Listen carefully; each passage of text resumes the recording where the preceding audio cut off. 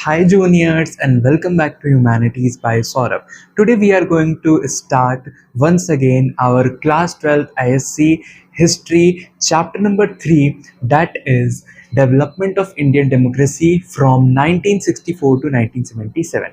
चलो time waste किए बिना हम लोग अपने चैप्टर को एकदम डिटेल में समझते हैं। सबसे पहले मैं इस चैप्टर का इंट्रोडक्शन दे देता हूँ। हम लोग यहाँ पे स्टार्ट करेंगे from Lal Bahadur Shastri appointment as the prime minister from 1964 and then हम लोग यहाँ पे बात करेंगे अबाउट इंदिरा गांधी जो 1967 के इलेक्शंस के बाद पावर में आई थी। उसके बाद फिर हम लोग यहाँ पे देखेंगे कि कैसे नक्सल मूवमेंट उस टाइम पे कंट्री में as a challenge to Indian democracy काम कर रहा था। ठीक है, तो एक टाइप से पहले इस चैप्टर का नाम चैलेंजेस ऑफ इंडियन डेमोक्रेसी भी था, लेकिन अब CISC ने चेंज कर दिया है। फिर उसके बाद यहाँ पे हम लोग ये भी समझेंगे कि इमरजेंसी क्यों आया और इमरजेंसी आने से पहले यहाँ पे कैसे गुजरात बिहार मूवमेंट चल रहे थे, JP मूवमेंट चल रहा था। इन सभी चीज़ों को हम लोग यहाँ पे स्टार्टिंग से एंड तक देखेंगे। देन यहाँ पे अगर मैं आप लोगों को बैकग्राउंड दूँ इस चैप्टर का, तो हम लोग पिछले चैप्टर से ही देखते हुए आ रहे हैं कि कैसे फर्स्ट जनरल इलेक्शन होता है 1952 में, और उसी के बेसिस पे यहाँ जवाहरलाल नेहरू हमारे प्राइम मिनिस्टर बनते हैं इंडिया के। ठीक है, और वो नेक्स्ट 3 जनरल इलेक्शंस जीतते हैं। ठीक है, याद रखना इस बात को। और 3 बार यहाँ पे प्राइम मिनिस्टर बनने के बाद उनका 1964 में डेथ हो जाता है। ठीक है, उन्हीं के डेथ के बाद हम लोग देखते हैं कि पूरे कंट्री में जो है वो एक टाइप से पॉलिटिकल इंस्टेबिलिटी आ जाती है, बिकॉज आज़ादी के बाद से उन्हीं को एज अ की फिगर देखा जाता था। ठीक है, कि हाँ वही अब कंट्री को हमेशा हमेशा के लिए रूल करेंगे। लेकिन अब उनके जाने के बाद लीडर कौन बनेगा कांग्रेस का, या फिर कंट्री का प्राइम मिनिस्टर कौन बनेगा, इससे रिलेटेड यहाँ पे क्वेश्चंस अराइज हो रहे थे।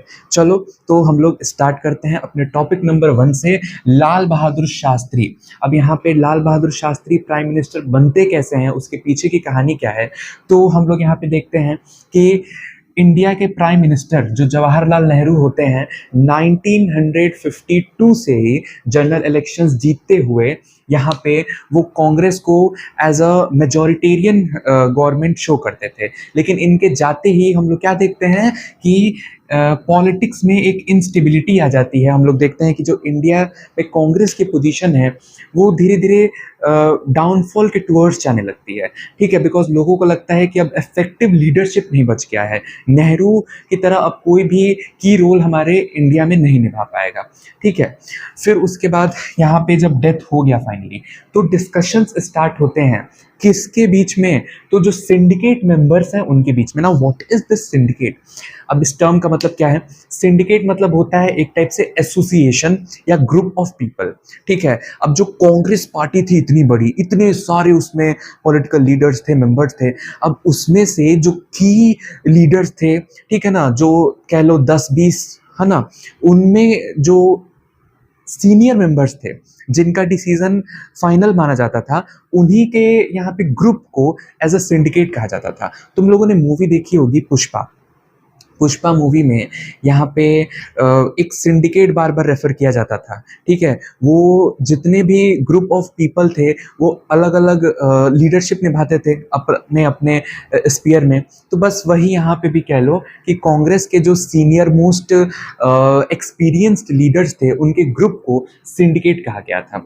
ठीक है ना, अब यहाँ पे सिंडिकेट ने ये डिसाइड किया कि लाल बहादुर शास्त्री जो कि बहुत ही ज़्यादा सिंपल व्यक्ति थे, ठीक है, वो सिंप्लिसिटी के ऊपर बिलीव करते थे, उनको as a prime minister appoint किया जाए, और ये उत्तर प्रदेश से बिलोंग करते थे, ये बात भी याद रखना। ठीक है, उस टाइम तो वैसे मोरारजी देसाई जो हैं वो भी प्राइम मिनिस्टर बनना चाह रहे थे, लेकिन उनको कहा गया कि ये बहुत कंजर्वेटिव विचारधारा वाले हैं, तो इससे अच्छा है कि हम लोग पहले शास्त्री को यहाँ पे मौका देते हैं। तो यहाँ लाल बहादुर शास्त्री जो है वो 1964 में हमारे प्राइम मिनिस्टर बन जाते हैं इंडिया के। लेकिन अब इसके बाद वो क्या क्या चैलेंजेस फेस करते हैं और क्या क्या उनके कॉन्ट्रीब्यूशंस हैं, वो अब हम लोग देखते हैं। तो यहाँ पे सबसे पहले क्या कॉन्ट्रीब्यूशंस हैं हमारे second prime minister of India के। ठीक है, तो सबसे पहले लाल बहादुर शास्त्री ने ही एक स्लोगन दिया था। ठीक है, एक स्लोगन दिया था जिसका नाम है जय जवान जय किसान। जय जवान जय किसान तुम लोगों ने कई बार सुना होगा। इसका मतलब होता है जवान मीन्स सोल्जर्स एंड किसान मीन्स फार्मर्स। तो सोल्जर्स और फार्मर्स का क्या रोल है नेशन बिल्डिंग में, ठीक है, नेशन बिल्डिंग में कितना इंपॉर्टेंट की रोल है फार्मर्स का और सोल्जर्स का, ये दर्शाते हैं हमारे लाल बहादुर शास्त्री। और इनके बिना जो हमारा कंट्री है वो काम नहीं कर सकता। और ये चीज़ बिल्कुल सही है, बिकॉज सोल्जर्स क्या करते हैं, हमारे को इन्वेजन से प्रोटेक्ट करते हैं, ठीक है ना, और यहाँ फार्मर्स क्या करते हैं, हमारे लिए अनाज उगाते हैं। तो ये दोनों ही काम बहुत ज़रूरी हैं हमारे जीने के लिए, हमारे सर्वाइवल के लिए। देन सेकेंड इनका कॉन्ट्रीब्यूशन क्या है, ग्रीन रेवोल्यूशन, ठीक है। लाल बहादुर शास्त्री के टेन्योर में ही ग्रीन रेवोल्यूशन आया था और इन्होंने एग्रीकल्चरल प्रोडक्शन पे ध्यान दिया था, यानी कि फूड जो इनके टाइम पे था वो बहुत ज़्यादा कह सकते हैं इंक्रीज हो गया था और कई तरीके के सीरियल्स अनाज उस टाइम पे उगाए जा रहे थे, ठीक है। तो लोगों को खाने की तो कमी इनके टाइम पीरियड में नहीं हो रही थी, ठीक है, no famine, okay. Then third white revolution. अब ग्रीन रेवोल्यूशन तो कई बार तुम लोगों ने सुना होगा कि हाँ ये एग्रीकल्चर से रिलेटेड होता है।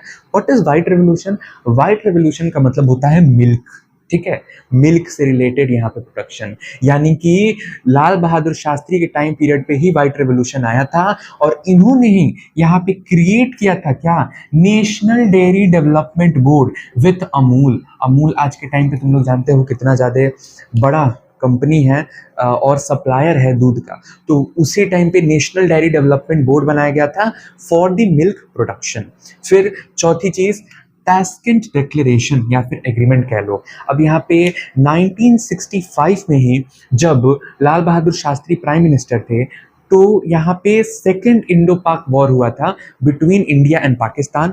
उस दौरान हमारे शास्त्री जी ने एक लीडरशिप निभाया था और हमारे इंडिया को जीत हासिल कराई थी अगेंस्ट पाकिस्तान। तो उसी के बाद ये जो एक पीस एग्रीमेंट होता है ना, पीस एकॉर्ड, समझौता इंडिया और पाकिस्तान के बीच में ताशकेंत में हुआ था और ताशकेंत रशिया में है, ठीक है। अब एक बात याद रखना कि ये एकॉर्ड के ही टाइम पे जब शास्त्री ने आयूब खान के साथ, जो प्रेसिडेंट है उस टाइम के पाकिस्तान के, तो उसके बाद ही इनकी सडन डेथ हो गई थी। अब इनकी डेथ के पीछे क्या रीज़न थे वो आज तक हमें नहीं पता चले, बट इनका यहीं पे जो है सडन डेथ हो गया था। फिर हम लोग आगे देखते हैं कि दोबारा से ये जो क्वेश्चन था, ठीक है ना, क्वेश्चन था ऑफ लीडरशिप, यानी कि कौन लीडरशिप निभाएगा, वो दोबारा से आ जाता है ना। तो दोबारा से सिंडिकेट मेंबर्स आते हैं और डिस्कशन से स्टार्ट करते हैं। अब दोबारा मोरारजी देसाई, ठीक है, ये सामने आते हैं कि इस बार तो मुझे ही प्राइम मिनिस्टर बनना है। लेकिन सिंडिकेट इनको रियली में क्यों नहीं बनाना चाहता था? कंजर्वेटिव होना रीज़न नहीं था। इसके पीछे अगर मैं तुम लोग को मेन रीज़न बताऊं तो वो था कि मोरारजी देसाई को वो लोग लीडर इसलिए नहीं बनाना चाहते थे ताकि इनडायरेक्टली यहाँ पे वो लोग कंट्रोल करें, क्योंकि यहाँ पे अगर कोई स्ट्रॉन्ग फॉर्म प्राइम मिनिस्टर होगा तो वो अपने डिसीजंस को इम्प्लीमेंट करेगा। लेकिन अगर कोई इनएक्सपीरियंस्ड लीडर होगा तो वो क्या करेगा, यहाँ सिंडिकेट के मेंबर्स का हेल्प लेगा, उन वो लोग जो कहेंगे उनके पॉलिसीज यहाँ पे इम्प्लीमेंट होंगे, ठीक है। प्राइम मिनिस्टर कितना बड़ा पोजीशन होता है, पॉलिटिकल साइंस में पढ़ाऊंगा what are the powers of prime minister. उसमें तुम लोग देखोगे कि पूरे नेशन का लीडर होता है एक प्राइम मिनिस्टर, और real head of the constitution भी प्राइम मिनिस्टर ही होता है, प्रेसिडेंट तो सिर्फ नॉमिनल हेड है, ठीक है। तो यहाँ पे मोरारजी देसाई को लीडर ये लोग सिंडिकेट वाले नहीं बनाना चाहते थे, और किसको यहाँ पे बनाने का ये लोग सोच रहे थे, चूज करते हैं किसको, तो यहाँ पे डिसाइड किया जाता है इंदिरा गांधी। इंदिरा गांधी जो उस टाइम पे एक यंग लीडर थी, ठीक है, और जवाहरलाल नेहरू की बेटी भी थी, इनको बनाया जाए। अब क्यों? तो उसके पीछे यहाँ पे बहुत लंबी कहानी है, मूवीज़ भी बनी हैं कि सिंडिकेट मेंबर्स इनको अपनी शारों पे चलाना चाहते थे। इनको गुंगी गुड़िया टर्म दिया गया था, if I am not wrong. और यहाँ पे इंदिरा गांधी से ये लोग जो भी अपने करना चाहते थे वो इनको सामने रख के करवाना चाहते थे। आई होप आप लोग मेरी बात समझ रहे होगे, ठीक है। लेकिन होता क्या है, उल्टा हो जाता है। बेचारे सिंडिकेट मेंबर्स की इंदिरा गांधी बात मानती ही नहीं है, ये एक फॉर्म लीडर होती हैं। इंदिरा गांधी को ही यहाँ पे आयरन लेडी भी कहा जाता है, ठीक है। क्यों कहा गया था? बिकॉज बाद में जब बांग्लादेश वॉर हुआ था और प्रेसिडेंट निक्सन ने थ्रेट किया था हमारे इंडिया को कि पाकिस्तान के साथ लड़ाई बंद करो, तब यहाँ पे इंदिरा गांधी ने बिना कुछ सोचे समझे यहाँ बांग्लादेश बनाने में हेल्प किया था, ठीक है, और पाकिस्तान के खिलाफ जो लड़ाई थी वो चालू रखी थी। तो इसी वजह से इनको आयरन लेडी भी कहा जाता है। अब ये थोड़ी ना सिंडिकेट की बात मानेंगी, इस वजह से हम लोग बाद में देखते हैं कि कहीं ना कहीं स्प्लिट भी आ गया था कांग्रेस के अंदर। अब देखो यहाँ तक तो समझ में आ गया। तो इलेक्टोरल कॉन्टेस्ट कब हुआ था? 1966 में, बिटवीन मोरारजी देसाई एंड इंदिरा गांधी, जिसमें इंदिरा गांधी जो है वो electoral contest against Morarji Desai जीत जाती हैं 1966 में, बिकॉज इसी टाइम पे जो हमारे लाल बहादुर शास्त्री हैं उनका डेथ हुआ था। ओके, अब यहाँ पे इंदिरा गांधी जब पावर में आई तो उन्होंने 10 पॉइंट प्रोग्राम लाया था, ठीक है, 1967 में। अब ये देखो 1967 में यहाँ पे जनरल इलेक्शंस हुए थे, ठीक है, इंडिया के अंदर 1967 में जनरल इलेक्शंस हुए थे लोकसभा और विधानसभा के लिए, और उसी इलेक्शंस में यहाँ पे जीतने के बाद इंदिरा गांधी ने लाया था 10 पॉइंट प्रोग्राम। अब ये इंपॉर्टेंट क्यों है? बिकॉज इसमें ऐसे ऐसे पॉइंट्स थे जिनके वजह से सिंडिकेट जो था वो गुस्सा हो गया था। जैसे कि सोशलिस्ट चीज़ों को इम्प्लीमेंट करने की बात की जा रही थी, क्योंकि इंदिरा गांधी ना प्रो सोशलिस्ट थी, उनका यूएसएसआर के साथ बहुत ज़्यादा कह सकते हैं लिंक था। ओके, अब लोग यहाँ पे क्या देखते हैं, उस टाइम पे कोल्ड वॉर भी चल रहा था साइमल्टेनियसली, जहाँ पे यूएसए सपोर्ट कर रहा है डेमोक्रेसी को, कैपिटलिज्म को, यूएसएसआर सपोर्ट कर रहा है कम्युनिज्म को, सोशलिज्म को। तो वही हम लोग क्या देखते हैं कि इंदिरा गांधी भी सोशलिस्ट थी, वो इक्वालिटी लाना चाहती थी, और सुभाष चंद्र बोस की ही तरह वो फार्मर्स को, वर्कर्स को अपलिफ्ट करना चाहती थी सोसाइटी के अंदर। अब ये 10 पॉइंट प्रोग्राम में क्या क्या चीज़ें बोली गई, चलो देखते हैं। नेशनलाइजेशन ऑफ बैंक्स, यानी कि जो बैंक्स हैं उनको नेशनलाइज कर दिया जाएगा, ये बहुत इंपॉर्टेंट चीज़ है।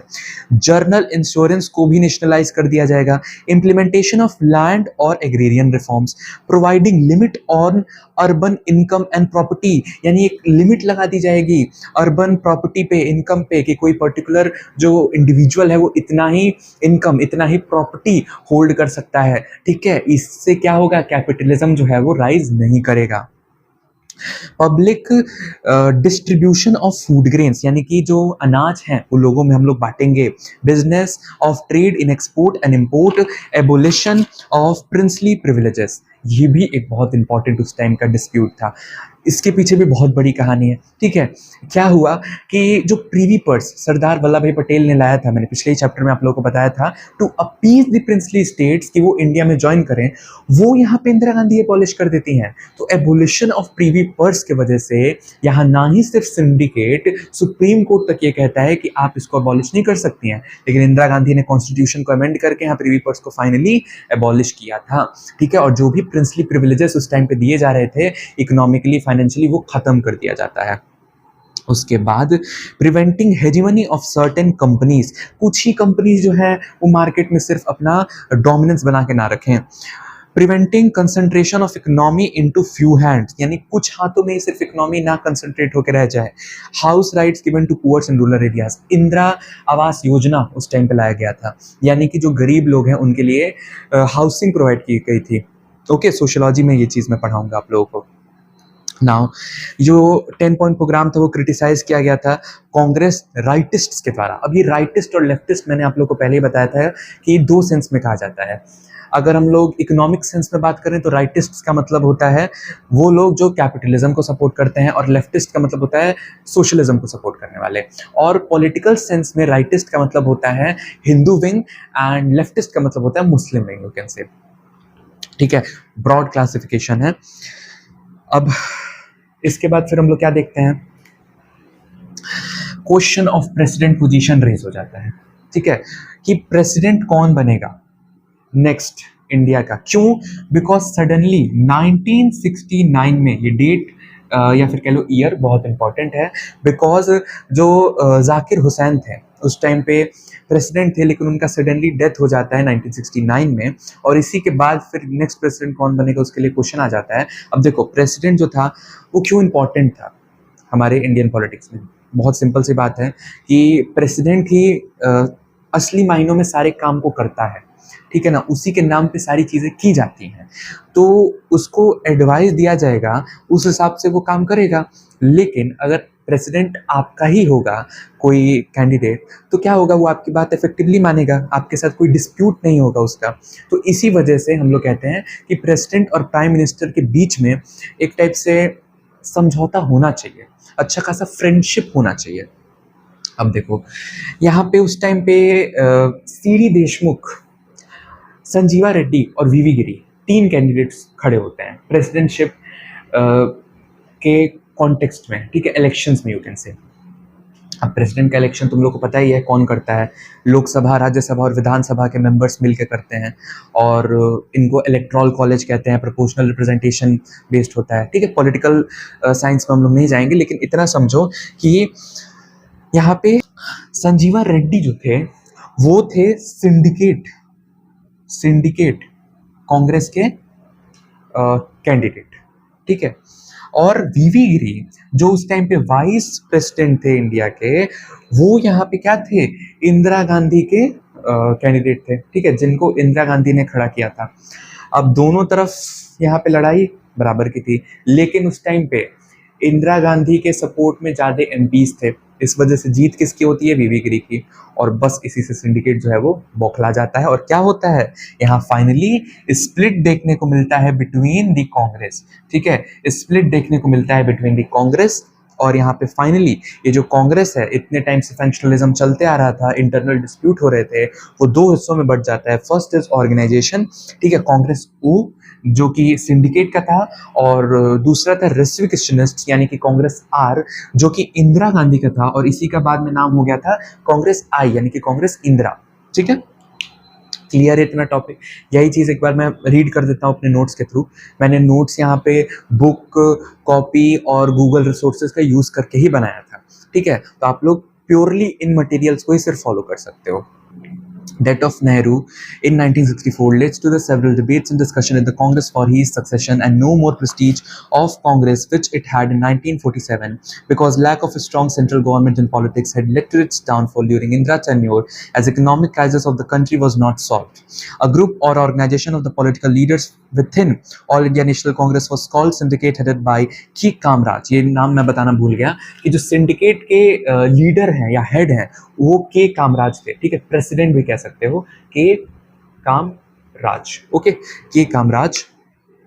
And a dispute occurred between Morarji Desai and Lal Bahadur Shastri for prime ministership, but on 2 June 1964, Shastri became new prime minister of India due to the support of syndicate. Now, during his tenure, क्या problems थे? He did not interfere in the working of state government or other internal party affairs, ठीक है, वो ज़्यादा सब किसी के बीच में बोलना पसंद नहीं करते थे, ठीक है, बिकॉज वो बहुत सिंपल व्यक्ति थे, मैंने बताया ही। प्रॉब्लम्स ऑफ इन्फ्लेमेशन उनके टाइम पीरियड में था। अनएम्प्लॉयमेंट, नेशनल लैंग्वेज का डिस्प्यूट चल रहा था उनके टाइम पीरियड में कि हिंदी और इंग्लिश में से क्या नेशनल लैंग्वेज बनेगा। देन उन्हीं के टाइम पीरियड में इंडो पाक वॉर हुआ था 1965 का। ड्यूरिंग मीटिंग सडनली ही died at Tashkent in 1966। Again, question of succession came and Desai entered, but leaders not liked him for being extremely orthodox. So syndicate offered Nehru's daughter for being party leader. She defeated Desai in electoral contest of prime ministership in 1966. He decided to deal with economic crisis by de-evaluation of Indian rupee, but criticized as most fatal mistake. यानी कि इंदिरा गांधी ने 1966 में आते ही power में क्या किया था, Indian rupee को डिवैल्यूएट कर दिया था, जिसकी वजह से इकोनॉमिक क्राइसिस और बढ़ गए थे। और 1967 के इलेक्शंस में हम क्या देखते हैं, लोगों का गुस्सा towards the Congress, towards the Indira. Then इसी के बाद हम लोग यहाँ पे आगे बात करते हैं 1967 का जनरल इलेक्शन। यहाँ पे हुआ क्या कि ये बहुत important as a changing face कहा जाता है पॉलिटिक्स में। Already Congress was blamed for corruption in this fourth Lok Sabha and Vidhan Sabha election. ये चौथा जनरल इलेक्शन जो था उसमें यहाँ ब्लेम किया जा रहा था कांग्रेस को, किस लिए, करप्शन के लिए, ठीक है। तो इसी वजह से लोकसभा और विधानसभा इलेक्शंस में हमें मेजर सेटबैक देखने को मिला कांग्रेस का। Syndicate was declining due to functionalism, internal dispute और conflict due to hatred between the two group ideology. तो फंक्शनलिज्म का यहाँ पे मतलब दिया है कि इंटरनल डिस्प्यूट होता है या कॉन्फ्लिक्ट होता है जब दो ग्रुप्स के बीच में हेट्रेड होता है due to different ideology. Congress won but didn't get overwhelming majority this time like 1952 or earlier three general elections. Significance of 1967 election, Congress suffered major setback as got 283 out of 523 seats in Lok Sabha. सिर्फ 283 seats इसको मिले। ठीक है, कितने में से? 523 seats में से। सोचो कितना कम रेशियो ऑफ सीट्स कांग्रेस जीती थी। Unity among opposition party, internal dispute within the Congress, coalition government were formed in state but unstable. Congress lost presence in state legislature assembly of Punjab, Bihar, UP, MP, Rajasthan, Kerala and West Bengal due to emergence of several political parties such as Communist Party of India CPI, Socialist Party and भारतीय Jansangh led by RSS। इनके बारे में अभी मैं detail में बात करूंगा, ठीक है, बिकॉज हमारे सिलेबस में है कि पॉलिटिकल पार्टीज का हमें आइडियोलॉजी जानना है, ठीक है, और फ्लैशबैक देखना है थोड़ा सा।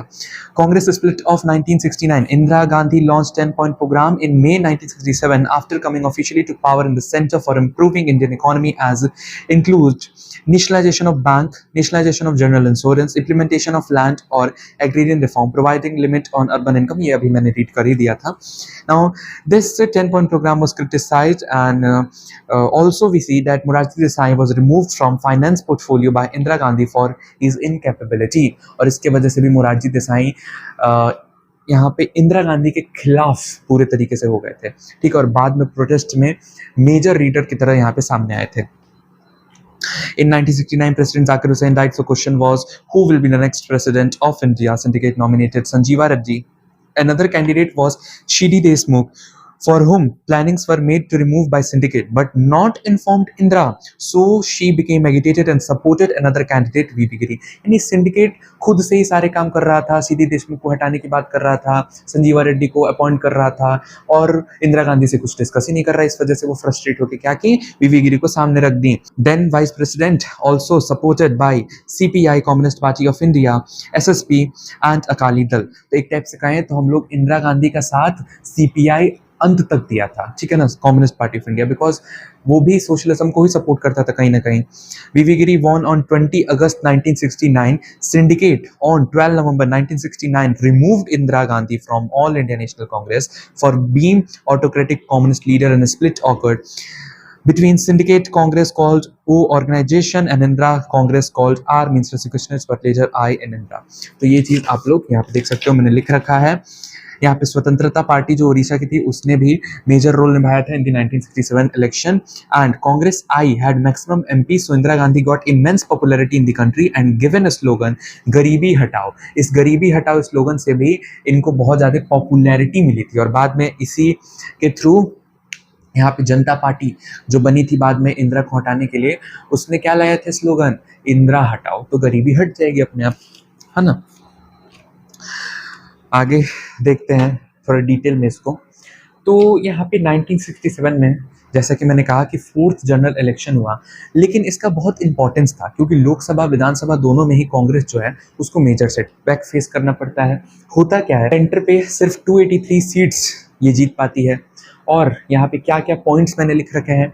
End of unchallenged Congress hegemony, यहाँ पे पिछले इतने सालों से 1952 के बाद ही जो कांग्रेस हमेशा ओवरवेलमिंग मेजॉरिटी से जीत रही थी, वो फाइनली अब धीरे धीरे हारने लगी थी, लोग इसके खिलाफ बोलने लगे थे, है ना। Defeat in states such as Bihar, UP, Madras, Punjab, ऐसे स्टेट्स में क्या हो गए थे, रीजनल पार्टीज का राइज हो गया था, जैसे शिरोमणि अकाली दल पंजाब में, DMK द्रविड़ मुनेत्र कंजाकम हमारे मद्रास में, ठीक है, वैसी अलग अलग पार्टीज थी। फिर उसके बाद राइज ऑफ कोएलिशन, जिसमें संयुक्त विधायक दल का नाम आता है। अब कोएलिशन मतलब क्या होता है, थोड़ा सा मैं आपको इन्फॉर्म कर दूं कि कोएलिशन का मतलब होता है जब अलग अलग पॉलिटिकल पार्टीज मिलके यहाँ पे कह सकते हैं एक पर्टिकुलर ऑर्गेनाइजेशन फॉर्म करते हैं, ठीक है, किसी और पॉलिटिकल पार्टी को हराने के लिए, या फिर हम लोग ये भी कह सकते हैं कि मेजॉरिटी फॉर्म करने के लिए। तो अलग अलग ऑपोजिशन पार्टीज ने कांग्रेस के खिलाफ कोएलिशन फॉर्म किया, मेजॉरिटी फॉर्म की, और यहाँ पे उस टाइम पे संयुक्त विधायक दल बनाया गया था as a coalition party. Then economic problems led to the crisis which was the major issue arising among people, यानी कि उस टाइम पे बहुत ज़्यादा इकोनॉमिक क्राइसिस चल रहे थे, अनएम्प्लॉयमेंट, मैंने अभी भी बताया ना, लाल बहादुर शास्त्री के टाइम पीरियड से ही चलते आ रहा था, इन्फ्लेमेशन, तो उन्हीं सारी चीज़ों की वजह से लोग कांग्रेस से गुस्सा थे। Then unity among opposition party but factionalism within the Congress, यानी कि ऑपोजिशन पार्टीज के बीच में तो यूनिटी थी, लेकिन इधर क्या था, लड़ाई चल रही थी, अपनी ही आइडियोलॉजी को लोग फॉलो कर रहे हैं, कैपिटलिज्म, सोशलिज्म, ये चीज़ें चल रही थी। तो यहाँ पे हम लोग क्या देखते हैं कि अब ये जो एरा था उसमें कांग्रेस को हम देख सकते हैं कि अब डिक्लाइनिंग फेज में जा रहा है। ओके, और फाइनली नॉन कांग्रेस गवर्नमेंट पहली बार जो है वो 1977 में बनती है जनता पार्टी की, मोरारजी देसाई के अंदर। उसकी कहानी नेक्स्ट चैप्टर में है। यहाँ देखो, सीपीआई सबसे पहले कम्युनिस्ट पार्टी ऑफ इंडिया, ये जो पॉलिटिकल पार्टी है वो 1936 से ही यहाँ कांग्रेस के पार्ट थी, लेकिन बाद में आइडियोलॉजी डिफरेंट होने की वजह से अलग हो जाती है और यहाँ पे स्टालिन के पॉलिसीज को फॉलो करने लगती है और इंडिपेंडेंस के बाद ये अपना पर्टिकुलर रूट पकड़ लेती है। कम्युनिस्ट पार्टी से ही एक अलग फंक्शन निकल के आता है, communist party of India Marxist, CPIM या सीपीएम भी कह लो। अब ये जो पार्टी थी वो ज़्यादा रेडिकल थी इसके कंपैरिजन में, ये डेमोक्रेसी पे बिलीव करता था, ये एंटी डेमोक्रेटिक पार्टी थी, ठीक है, ये डेमोक्रेसी नहीं लाना चाहती थी, ये डिक्टेटरशिप ऑफ प्रोलेटरेट पे बिलीव करती थी, जो मार्क्सिस्ट की फिलॉसफी है, बोर्जुगीज वर्सेस प्रोलेटरेट्स, आप लोग जानते ही होंगे, सोशियोलॉजी में पढ़े हो ना 11th में, जो कैपिटलिस्ट ओनर्स हैं, इंडस्ट्रियल ओनर्स वर्सेस यहाँ पे जो वर्कर्स हैं, और वर्कर्स यहाँ पे टेक ओवर कर लेंगे, है ना। तो ये जो पार्टी थी communist party of India Marxist, वो यहाँ पे इन्फ्लुएंस थी माओ जेडोंग से ना। Who was the Mao Zedong? सबसे पहले स्टालिन के बारे में तो तुम लोग जानते ही होंगे कि ये सेकंड लीडर था आफ्टर लेनिन ऑफ यूएसएसआर, और जो माओ जेडोंग थे उन्होंने स्टैब्लिश किया था People's Republic of China in 1949। Basically यहाँ पे कह सकते हो कि इस चैप्टर के बारे में हम लोग वर्ल्ड हिस्ट्री में डिस्कस करेंगे डीकोलोनाइजेशन के टाइम पे, तो इन्होंने ही यहाँ पे चाइना में कम्युनिज्म लेके आया था, ठीक है ना, यानी कि पूरे तरीके से कम्युनिस्ट आइडियोलॉजीज को इस्टेब्लिश कर दिया गया था, और ये प्योरली मार्क्सिस्ट व्यूज को लेके चलते थे, एकदम रेडिकल इन नेचर थे। लेकिन स्टालिन जो थे वो थोड़े लिबरल इन थॉट्स थे, ठीक है, वो 5 ईयर प्लान्स बनाते थे, है ना। तो ये सीपीआई जो थी वो रेडिकल थी, इस वजह से वो माओ जेडोंग के थ्रू इन्फ्लुएंस हो रही थी, लेकिन सीपीआई यहाँ स्टालिन से इन्फ्लुएंस थी। ये बेसिकली आइडियोलॉजी को तुम लोगों को बताना मेन मोटिव था। उसके बाद यहाँ पे आ जाते हैं हम लोग भारतीय जनसंघ पे। भारतीय जनसंघ और स्वतंत्रता पार्टी, ये दो ऐसी पॉलिटिकल पार्टीज थी जो कि 1967 के जनरल इलेक्शन में आफ्टर कांग्रेस लार्जेस्ट पार्टीज बनी थी, ठीक है। और इनमें से अगर हम लोग किसी एक को कहें तो स्वतंत्रता पार्टी भी कह सकते हैं और भारतीय जनसंघ भी कह सकते हैं। बोथ आंसर्स आर करेक्ट, ठीक है, कि कौन सी पार्टी यहाँ पे लार्जेस्ट पार्टी थी इन दी 1967 इलेक्शन आफ्टर कांग्रेस। तो भारतीय जनसंघ यानी आज के टाइम का जो बीजेपी है, भारतीय जनता पार्टी, तो ये कब फॉर्म हुआ था? 1951 में। किसकी लीडरशिप के अंडर? तो श्याम प्रकाश मुखर्जी के अंडर, ठीक है, श्याम प्रकाश मुखर्जी के अंडर 1951 में भारतीय जनसंघ फॉर्म हुआ था। और बेसिकली ये एक कम्युनल पार्टी है, ठीक है, ये कम्युनल राइट्स को प्रोटेक्ट करने की बात करती है, ठीक है। इसका मेन मोटिव क्या है? हिंदुत्व, जो आज के टाइम के बीजेपी का भी कह सकते हैं मोटिव कहीं ना कहीं रहता है। तो हिंदुत्व को ये लोग फॉलो करते हैं और डेमोक्रेसी के लाइंस पे ये चलते हैं। ये मत सोचना कि ये लोग कम्युनल लाइंस के ऊपर चलने वाले हैं, हिंदुत्व को फॉलो करने वाले हैं तो ये लोग एंटी डेमोक्रेटिक होंगे, नहीं, ये लोग रेडिकल इन नेचर नहीं है। BJP is purely a democratic party आज भी, और उस टाइम भी वही हाल था भारतीय जनसंघ का, ठीक है। बेसिकली ये मैंने स्वतंत्रता पार्टी को एसपी लिखा है शॉर्ट में, to donate whatever I have said right now. Then we can move on to our next political party, that is the Shiromani Akali Dal of Punjab. अब शिरोमणि अकाली दल हम लोग कह सकते हैं कि एक सिख कम्युनिटी वाली पार्टी है, ठीक है। ये भी कम्युनल पार्टी है लेकिन डेमोक्रेसी पे बिलीव करती है, कुछ हद तक रेडिकल हो जाती है बाद में चल के, है ना। और ये जो पार्टी है वो एक रीजनल पार्टी है, एक पर्टिकुलर रीजन की पार्टी है, यानी पंजाब की पार्टी है, सिख कम्युनिटी के लिए है। 1920 में फॉर्म हुई थी, 1920 में फॉर्म हुई थी, और इंटरेस्ट को प्रोटेक्ट करना चाहती है ये हमेशा से माइनॉरिटीज़ की, माइनॉरिटीज़ बेसिकली सिख्स की, through the true federal features. Now what is federalism? तुम लोग जानते हो कि हमारे इंडिया में क्वाजी फेडरलिज्म चलता है, यानी ज़्यादातर पावर किसके पास है? सेंटर के पास है, ठीक है। स्टेट के पास पूरे तरीके से जो पावर्स हैं वो डिस्ट्रीब्यूटेड नहीं है। इस वजह से जो पंजाब में अकाली दल है वो क्या डिमांड करता रहा है हमेशा से कि यहाँ पंजाब को भी पावर दी जाए, जो फेडरल स्ट्रक्चर है वो ट्रू सेंस में जैसा यूएसए में है वैसा इम्प्लीमेंट किया जाए। और अनंतपुर साहिब रेजोल्यूशन जो 1973 में आया उसमें भी ये चीज़ें कही गई थी, है ना।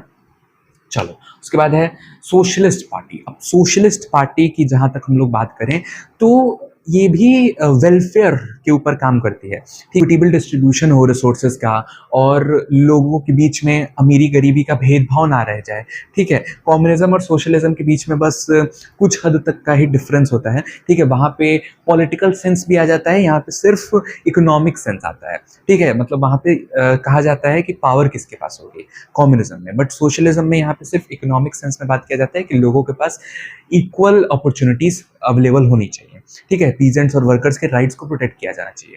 तो सोशलिस्ट पार्टी 1934 में कह सकते हैं फॉर्म हुई थी अंडर द कांग्रेस, यानी कि कांग्रेस के अंदर ही थी, एक अलग फंक्शन था, लेकिन बाद में चल के कांग्रेस ने ये डिक्लेयर कर दिया था कि अलग अलग आइडियोलॉजीज नहीं एग्जिस्ट कर सकती हैं कांग्रेस के अंदर। इस वजह से हम लोग कह सकते हैं कि ये सोशलिस्ट पार्टी अलग हो गई थी कांग्रेस से।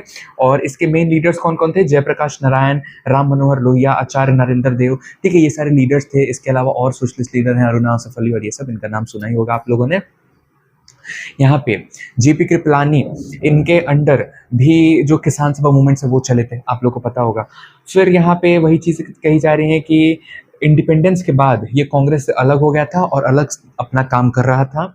बाद में हम लोग यहाँ पे कई सारे स्प्लिट्स देखते हैं, कई सारे अलग अलग फॉर्म्स देखते हैं सोशलिस्ट पार्टी के, जैसे कि किसान मजदूर प्रजा पार्टी, प्रजा सोशलिस्ट पार्टी, संयुक्त socialist party and like that many, है ना। आज के टाइम पे भी जो समाजवादी पार्टी, सोशलिस्ट पार्टी है वो एग्जिस्ट करती है।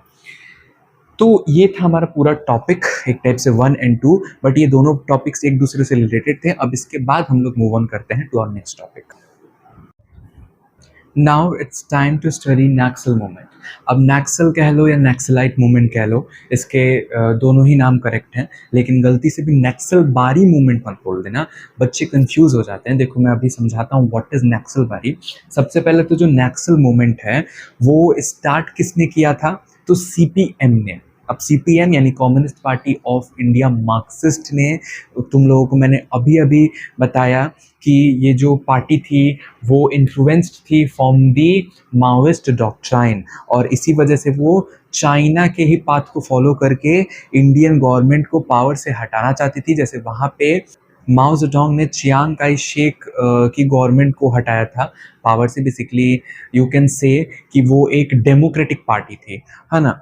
अब बाद में चल के वो यहाँ पे ताइवान में सेटल हो गई थी, और इसी वजह से चाइना ताइवान के बीच में यहाँ पे डिस्प्यूट्स देखने को मिलते हैं। Now anti democratic in nature था ये मूवमेंट, क्योंकि यहाँ पे कम्युनिज्म को लाना इनका मेन गोल था, और कम्युनिज्म का मतलब भी होता है कि यहाँ पे किसी डेमोक्रेसी का कोई रोल ही ना हो, है ना। अब देखो यहाँ पे क्या कॉजेस थे नक्सल मूवमेंट के। तो नक्सल मूवमेंट जो था वो इंस्पायर था फ्रॉम चाइना, अभी अभी मैंने बताया ये चीज़।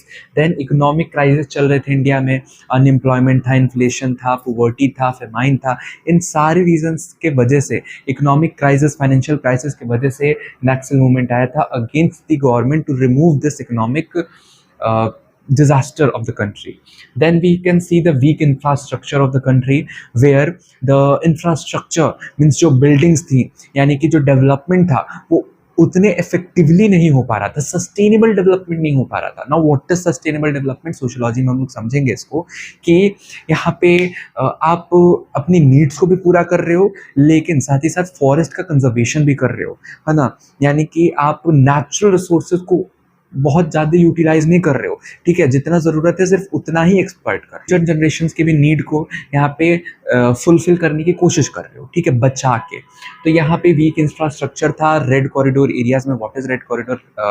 तो जहाँ जहाँ पे ये नक्सल मूवमेंट हुआ था, जिन जिन स्टेट्स में, like Bengal, Andhra and most of the eastern states of the India, उनको रेड कॉरिडोर कहा गया।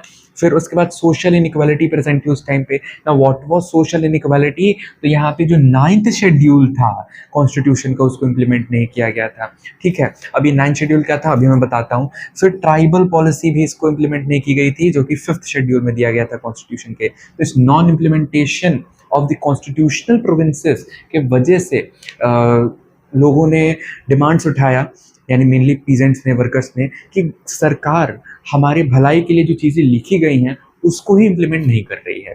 फिर यहाँ पे हिस्टोरिक एक डॉक्यूमेंट्स है 1967 का, अभी जो हिस्टोरिक डॉक्यूमेंट है बेसिकली ये आइडियोलॉजिकल फाउंडेशन को ली डाउन करता है। इसका मतलब क्या है? तो देखो, जो चारू मजूमदार हैं, prominent leader of Naxal movement, उन्होंने यहाँ पे डिफरेंट डिफरेंट 8 मोनोग्राफ्स लिखे थे, ठीक है। और उसमें यहाँ पे लिखा था कि आखिरकार करना क्या है। बेसिकली हमें इंडियन गवर्नमेंट को ओवरथ्रो करने के लिए पावर से, जिसको वो रिमार्क करते हैं एज अ बोर्जुगीज इंस्टीट्यूशन, ठीक है ना। गवर्नमेंट को क्या कहते हैं? बोर्जुगीज इंस्टीट्यूशन, यानी कि सिर्फ वो अमीरों के लिए ही बनी है, हम गरीबों के लिए वो कुछ नहीं करने वाली, ठीक है। तो इसी वजह से हमें लीथल वेपन्स, डेंजरस वेपन्स का यूज करके ओवरथ्रो करना है। बाद में चल के यही जनरल सेक्रेटरी भी बनता है, जो पार्टी 1969 में बनती है। सीपीएम से भी ज्यादा एक्सट्रीम लेवल पे चलने वाली सीपीआईएमएल, पूरी तरीके से रेवोल्यूशन ला दो, ठीक है ना, वॉलेंट रेवोल्यूशनरी वाली चीजें फॉलो करने वाली communist party of India, Marxist Leninist, on the birthday of Lenin ये फॉर्म होती है। फिर उसके बाद यहाँ पे अगर हम लोग देखें तो नक्सल मूवमेंट यहाँ पे नक्सलबारी विलेज में सबसे पहले स्टार्ट होता है, जो कि बंगाल का ही एक गांव है, इसी वजह से इसका नाम नक्सल मूवमेंट पड़ गया। अब नक्सलबारी में क्या होता है कि जो पीजेंट रिवॉल्ट है वो कैरी ऑन किया जाता है for inefficient land redistribution by CPM, यानी कि communist party of India, Marxist and Santhal tribe, यानी कि जो संथाल ट्राइब थी वहाँ पे, उन्होंने भी यहाँ पे प्रोटेस्ट किया था। क्यों? बिकॉज तुम लोगों ने देखा है कि ट्राइबल पॉलिसी को इम्प्लीमेंट नहीं कर रही है सरकार, तो उस टाइम पे जंगल संथाल इनके लीडर थे। रेड कॉरिडोर एरियाज मैंने बता दिए तुम लोगों को। Then what was the government measure to eliminate this? तो यहाँ पे बहुत सारे ऑपरेशंस लॉन्च किए गए, ठीक है। आर्म्ड फोर्सेस को इंट्रोड्यूस किया गया इनको एलिमिनेट करने के लिए। उन्हीं में से एक था operation Steeplechase. And then we see arrest of the leaders, यहाँ पे लीडर्स को अरेस्ट किया जा रहा था, जैसे कि कानू सान्याल, चारू मजूमदार, है ना। और बाद में चल के इनका डेथ भी हो जाता है, इस वजह से एक प्रोमिनेंट लीडरशिप नहीं बचती है। तो धीरे धीरे करके आज के टाइम पे तो पूरे तरीके से खत्म ही हो गया डिक्लाइन के चलते। And then anti terror act pass किए गए थे सरकार के द्वारा, ठीक है। अब यहाँ पे क्या पॉजिटिव इम्पैक्ट था इस नक्सल मूवमेंट का? तो फॉरेस्ट कंजर्वेशन एक्ट आया 1980 में, फॉरेस्ट को कंजर्व करने के लिए सरकार ने कदम उठाया। Then minimum wages and equal remuneration act 1976, यानी कि सबको बराबर जो तनख्वाह है वो दी जाए। Then abolition of landlordism. Landlordism मतलब जानते हो ना, जमींदारी सिस्टम, यानी कि एक जमींदार है और वो एक्सप्लॉइट कर रहा है कई सारे पीजेंट्स को, वो वाला जो सिस्टम है वो खत्म कर दिया गया। And then maintenance of areas associated, यानी कि जो भी areas west corridor areas associated थे उनका प्रॉपर मेंटेनेंस टाइम टाइम पे किया जाने लगा, ठीक है, जो इंफ्रास्ट्रक्चर वाला प्रॉब्लम है वो सॉल्व हो सके। देन नेगेटिव इम्पैक्ट क्या था? यहाँ पे इकोनॉमिक ग्रोथ हैम्पर हुआ, ठीक है ना, इकोनॉमिक ग्रोथ बहुत ज़्यादा वीक हो चुका था उस टाइम पे इंडिया का। देन पैरेलल गवर्नमेंट सेटअप हुए थे, तुम लोगों को चैप्टर 1 ऑलरेडी पढ़ाया था। यहाँ पे पैरेलल गवर्नमेंट का मतलब होता है एक टेम्पररी गवर्नमेंट, जो कि जो रूलिंग गवर्नमेंट है उसको हटा के एक डी फैक्टो कंट्रोल लाया जाता है। तो उस टाइम पे ये पैरेलल गवर्नमेंट किसी ब्रिटिश सरकार के अगेंस्ट नहीं, हमारे इंडियन सरकार के खिलाफ नक्सल मूवमेंट वालों ने लॉन्च किया था, ठीक है। और ये लोग सेटअप कर रहे थे, ये भी बहुत ज़्यादा पॉलिटिकल ग्रोथ को हैम्पर कर रहा था।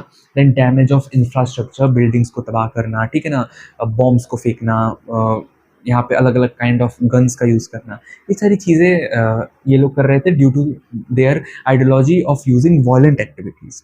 Then no elections and president rule in such areas, यानी कि इलेक्शंस नहीं हो पा रहे थे, डेमोक्रेसी को भी यहाँ पे दिक्कतें सहनी पड़ रही थी। क्यों? बिकॉज यहाँ पे ऐसे जो रेड कॉरिडोर वाले एरिया थे उनको प्रेसिडेंट रूल लगा दिया गया था। उसके बाद इसके अर्लीस्ट रूट अगर हम लोग देखें नक्सल मूवमेंट के, वो आफ्टर इंडिपेंडेंस ही हमें देखने को मिलता है तेलंगाना मूवमेंट में। अब जो तेलंगाना मूवमेंट था वो 1948 में हुआ था, launch by CPI, communist party of India. यहाँ पे हम लोग जनरली देखते हैं कि जो लैंड रिडिस्ट्रीब्यूशन वाला रूल था वो इनएफिशिएंटली इम्प्लीमेंट किया जाता, उसके वजह से हुआ था पीजेंट्स के द्वारा। एंड देन हम लोग देखते हैं of peasant land due to development project, यानी कि जो पीजेंट्स हैं उनके लैंड का यहाँ पे लॉस हो जाता है। क्यों? बिकॉज सरकार डेवलपमेंट प्रोजेक्ट्स को लॉन्च करने के लिए यहाँ पे लैंड्स को कहीं ना कहीं ले लेती है ना। अब यहाँ पे कोई रोड बनाना है, तो रोड बनाना है तो क्या होगा, ज़मीनें ली जाएंगी और बदले में कंपनसेशन दे दिया जाएगा, तो वो फिर रोड बनाया जाएगा उस ज़मीन के ऊपर। तो ऐसी कुछ चीज़ें यहाँ पे की जाती हैं। देन यहाँ पे एक और लीडर थे हमारे कानू सान्याल। कानू सान्याल जो थे वो सीजर ऑफ लैंड के ऊपर बात करते थे, यानी कि जो लैंड है उनका सीजर किया जाए। सीजर का मतलब है यहाँ पे जो जोतेदार हैं या जमींदार हैं उनके पास है तो उनसे पीजेंट्स लैंड को छीन ले जबरदस्ती, ठीक है ना, कंट्रोल कर ले। सीजर मीन्स कंट्रोल कर ले, control of lands. And then guerrilla warfare techniques का यूज करते थे ये नक्सल मूवमेंट वाले लोग, यानी कि यहाँ पे छुप के एम्बुश करके हमला करना। ओके, इसी चीज को हम लोग जल्दी से रीड आउट कर लेते हैं। सो नक्सल मूवमेंट की अगर हम लोग बात करें तो इसकी शुरुआत होती है नक्सलबारी नाम के एक गांव में जो कि नॉर्थ बंगाल में सिचुएटेड है।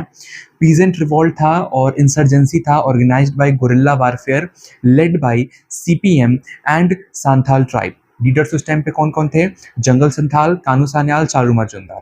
अब यहाँ पे बात होती है कि 1964 में जब स्प्लिट हुआ था सीपीआई का और सीपीएम बना था जो कि रशियन मॉडल को नहीं चाइनीज मॉडल को फॉलो करता था, तो वो रेवोल्यूशनरी पॉलिटिक्स लाता है और इसी के बाद हम देखते हैं कि नक्सल मूवमेंट शुरू होता है, यानी कि जो नक्सलाइट्स थे वो फॉलोअर थे माओइस्ट डॉक्ट्राइन के और हमेशा से एक्सट्रीम कम्युनिज्म मीन्स का यूज करते थे। That can't accept democracy as prevails in PRC यानी people's Republic of China. Then causes क्या है नक्सल मूवमेंट के? Inspiration from China, Mao Zedong's cultural revolution had influenced younger generations of India. Mao Zedong ने 1966 में cultural revolution लाया था जिसके through यहाँ पे लोगों को अपने आइडियोलॉजी के बारे में बताना था कि कैसे हम कम्युनिज्म ला सकते हैं, उसकी वजह से डेवलपमेंट हो सकती है कंट्री की, है ना, लोगों में वेलफेयर आ सकता है, वो चीज़ बताना चाहा। ठीक है, तो वो कल्चरल रेवोल्यूशन चाइना में हुआ लेकिन उसने इंडिया में लोगों को इन्फ्लुएंस किया। Then second, economic crisis due to corruption and exploiting nature of landlords, lower caste of society was badly affected. Weak infrastructure, rich natural and mineral resources of Jharkhand, West Bengal and Odisha, इन्हीं areas को ही north corridor में कह रहा था जो eastern India में लाई करते हैं। Not efficiently use by government for development, यानी कि गवर्नमेंट जो थी वो यहाँ के रिच नेचुरल और मिनरल रिसोर्सेज को यूज नहीं करती थी इनके डेवलपमेंट के लिए। सोशल इनइक्वालिटी, यानी कि इसमें हम देखते हैं कि जो 9th शेड्यूल होता है इंडियन कॉन्स्टिट्यूशन का वो क्या कहता है? States that lands are concentrated in the hands of rich class, so redistribution among poor people shall take place but government not implemented this. Okay, यानी कि 9th शेड्यूल जो है हमारे कॉन्स्टिट्यूशन ऑफ इंडिया का वो ये कहता है कि जो लैंड्स हैं वो ज़्यादातर अमीर लोगों के हाथ में ही कंसंट्रेटेड है। ठीक है, तो इसी वजह से हमें एक सीलिंग लगा देनी चाहिए, लिमिट लगा देनी चाहिए कि इससे ज़्यादा कोई लैंड नहीं होल्ड कर सकता और उन लैंड्स को रीडिस्ट्रीब्यूट कर देना चाहिए गरीब किसानों में। ठीक है, तो ये तो अच्छी चीज़ थी लेकिन सरकार ने इसको इम्प्लीमेंट नहीं किया। देन नेक्स्ट, ट्राइबल पॉलिसी, जो 5th शेड्यूल है इंडियन कॉन्स्टिट्यूशन का, वो क्या कहता है? That tribal advisory council should be present to administer the tribal areas of forest but government not implemented this and the resources were exploited. जो हमारा 5th schedule है कॉन्स्टिट्यूशन का वो ये कहता है कि जो ट्राइबल एडवाइजरी काउंसिल है, ट्राइबल एडवाइजरी काउंसिल है, उसको बनाना चाहिए हर एक स्टेट में। ठीक है, हर एक स्टेट में, और वो स्टेट के कंट्रोल के अंडर नहीं होगा। ठीक है ना, वो इंडिपेंडेंटली वर्क करेगा।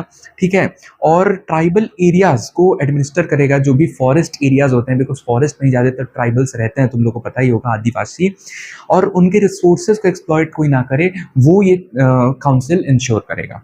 ठीक है, लेकिन उल्टा हुआ क्या? यहाँ पे फॉरेस्ट को कट किया जाने लगा, डिफॉरेस्टेशन किया जाने लगा, जिसकी वजह से ट्राइबल के घर उजड़ गए थे for the developmental project by the government. Okay, एक तो इम्प्लीमेंट भी नहीं कर रहे हैं और ऊपर से इनको दिक्कत दे रहे हैं, तो इसकी वजह से यहाँ पे ये मूवमेंट आया था।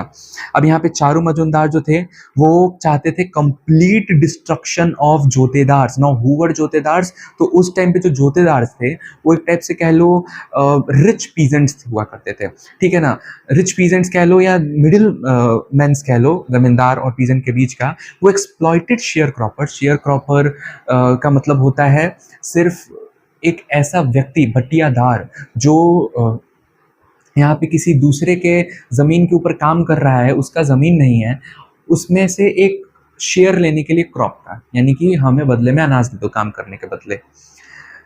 तो यहाँ पे ये जोतेदार्स के खिलाफ और लैंडलॉर्ड्स के खिलाफ डिस्ट्रक्शन था बाय दी चारू मजुमदार, जो कि जनरल सेक्रेटरी भी बनते हैं 1969 में, और ये सारे लीडर्स मिल के फाउंड करते हैं 1969 में ही लेनिन के बर्थडे के दिन communist party of India Marxist Leninist CPI-ML that was separate from CPN and followed a more radical approach in the Naxal movement. Then we see about Kanu Sanyal, who wanted China's support. ये एक important point है, वो China का support चाहते थे ताकि India में communism आ सके and mass protest for social revolution. Now next is historic 8 documents of 1967. Already I have said you that it was a set of 8 monographs or a book authored by Charu Majumdar. Lays ideological basis of naxalite movement, यानी ideology बताई जाती है कि हमें क्या क्या चीज़ें करनी है, यहाँ पे क्या हमारा अप्रोच होना चाहिए. Government of India is a Portuguese dominated and communists had accepted it by revivalism, so struggle of Maoist to overthrow capitalist Congress. तो ये शॉर्ट में 8 पॉइंट्स को यहाँ पे मैंने लिख दिया है दैट जो गवर्नमेंट ऑफ इंडिया है वो पोर्चुगीज डोमिनेटेड है, ठीक है, ज़्यादातर अमीरों का साथ देती है. इस वजह से हम कम्युनिस्ट को यहाँ पे एक्सेप्ट करना होगा रिवाइवलिज्म, ठीक है, हमें यहाँ पे एक रेवोल्यूशन लाना होगा, स्ट्रगल के थ्रू यहाँ पे माओइस्ट की तरह ओवरथ्रो करना होगा कैपिटलिस्ट कांग्रेस को जो कि करप्शन करती है. Areas where Naxalite spread were called Red Corridor, West Bengal, Chhattisgarh, Andhra Pradesh, Bihar, Jharkhand, Odisha, mostly eastern Indian parts. Here students indulged them into violent activities who were unemployed. यहाँ पे बहुत important बात हो जाती है क्योंकि unemployed उस time पे प्रेवलेंट था इंडिया में, तो बहुत सारे स्टूडेंट्स थे. अब जब अनएम्प्लॉयड यूथ होगा तो वो क्या करेगा यहाँ पे प्रोटेस्ट के अलावा, है ना. तो यहाँ पे स्टूडेंट्स जो थे उनका एक इम्पॉर्टेंट रोल हमें देखने को मिलता है इन दिस नक्सल मूवमेंट. तो स्टूडेंट्स का यहाँ पे रोल ज़रूर अपने एग्जाम्स में नोट डाउन करना. फिर उसके बाद यहाँ पे government's repressive measures of the movement, modernization of the police forces for anti-Naxal operations, seizure of the weapons and arms used by Naxal, यानी कि जो भी weapons यूज किया जाता था नक्सल्स के द्वारा उसको यहाँ पे सीज किया जा रहा है, कंट्रोल लिया जा रहा है उसके ऊपर. Anti terror act such as prevention of violent activities act of 1917 West Bengal means kind of detention, यानी कि ये एक प्रिवेंटिव डिटेंशन एक्ट था कि जो भी सस्पेक्ट है उसको तुरंत अरेस्ट कर लो, ठीक है. तो यहाँ पे एंटी टेरर एक्ट का एग्जांपल क्या है, prevention of violent activity act of 1917 West Bengal. Now arrest of leaders यहाँ पे किया जा रहा था, सच एज कानू सान्याल को अरेस्ट किया गया था 1970 में और बाद में चारू मजुमदार भी, और उनका डेथ भी हो गया था आगे चल के. Reasons for decline in 1970s of Naxal movement, मतलब क्यों 1970s के टाइम पीरियड के बाद ये धीरे धीरे डिक्लाइन होने लगा.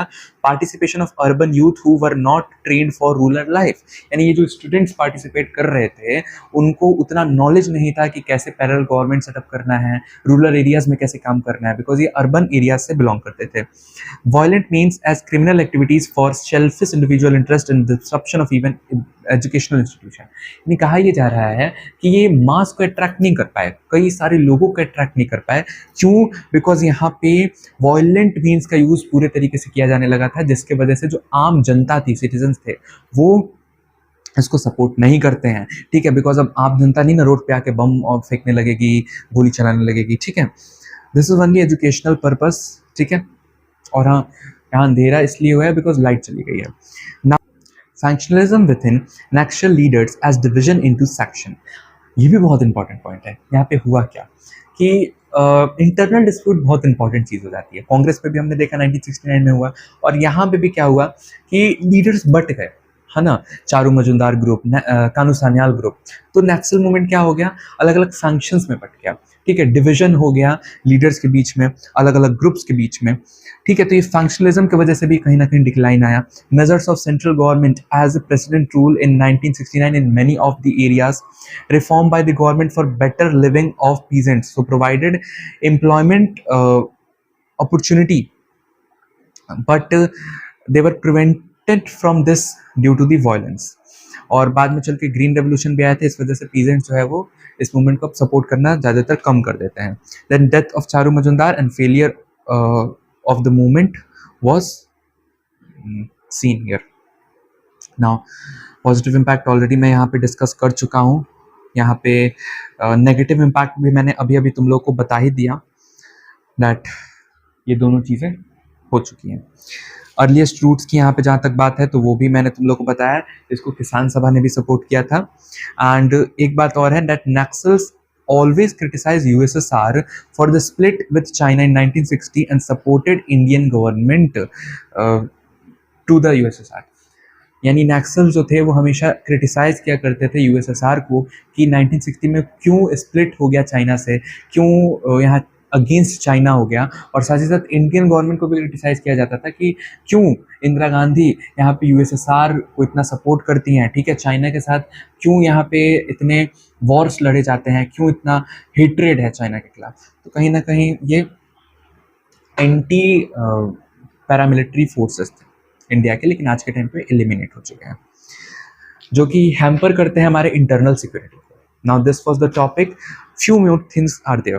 I will read it out for you from the book. Now here Charu Majumdar Siliguri में इनका जन्म हुआ था 1918 में, नॉर्थ बंगाल के ये थे। अब देख सकते हो, कनेक्शन बैठा सकते हो यहाँ पे, जहाँ पे जन्म हुआ है वहीं से शुरू हुआ है मूवमेंट। और चारू मजुमदार ने 1946 में ज्वाइन किया था तेभागा मूवमेंट को।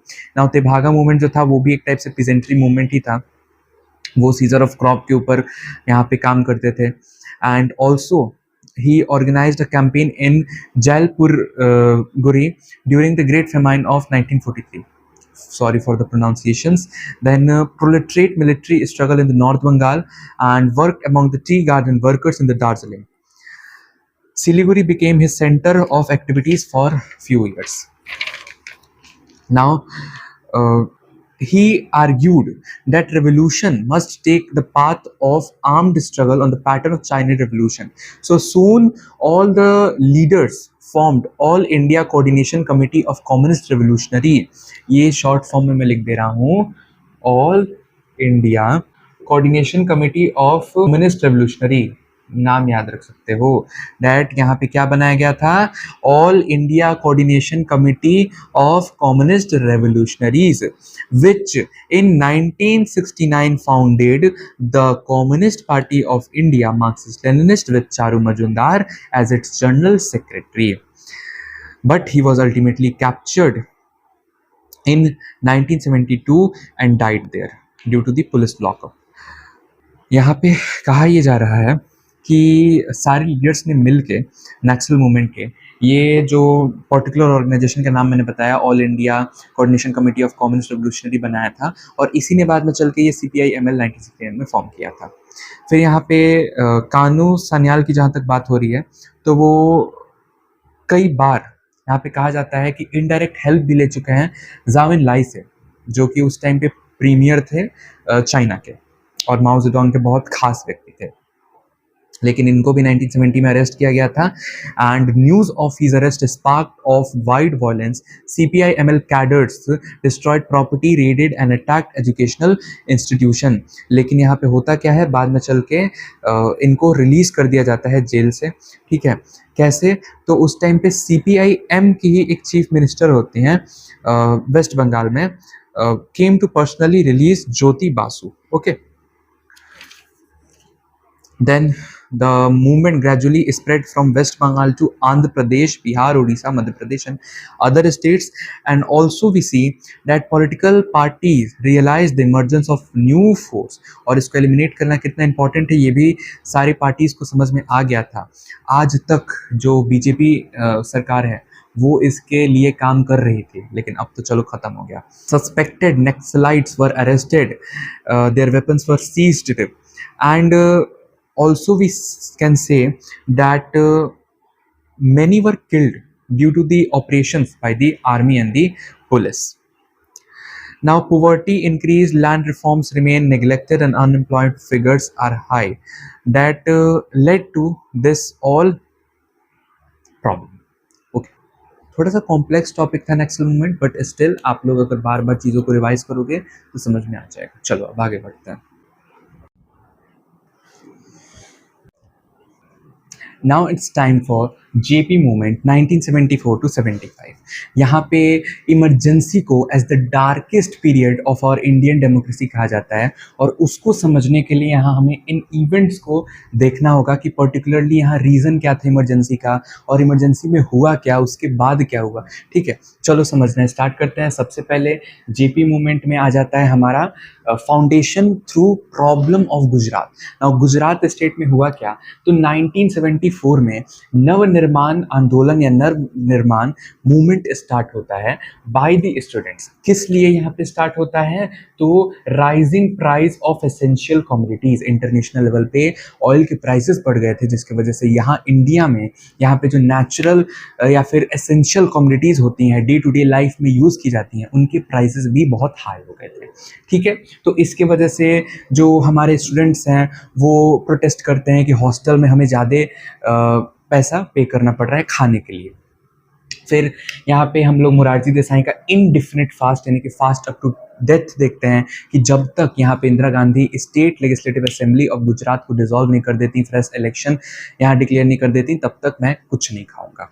इसी के चलते यहाँ फाइनली इंदिरा गांधी जो है वो डिसॉल्व कर देती हैं स्टेट असेंबली को, और यहाँ हम लोग देखते हैं फ्रेश इलेक्शंस होते हैं जिसमें कि कांग्रेस हार जाती है। चिमन भाई पटेल उस टाइम के चीफ मिनिस्टर होते हैं, उनको रिजाइन करवा दिया जाता है यहाँ से। ठीक है, चिमन भाई पटेल का भी नाम तुम लोग याद रखना।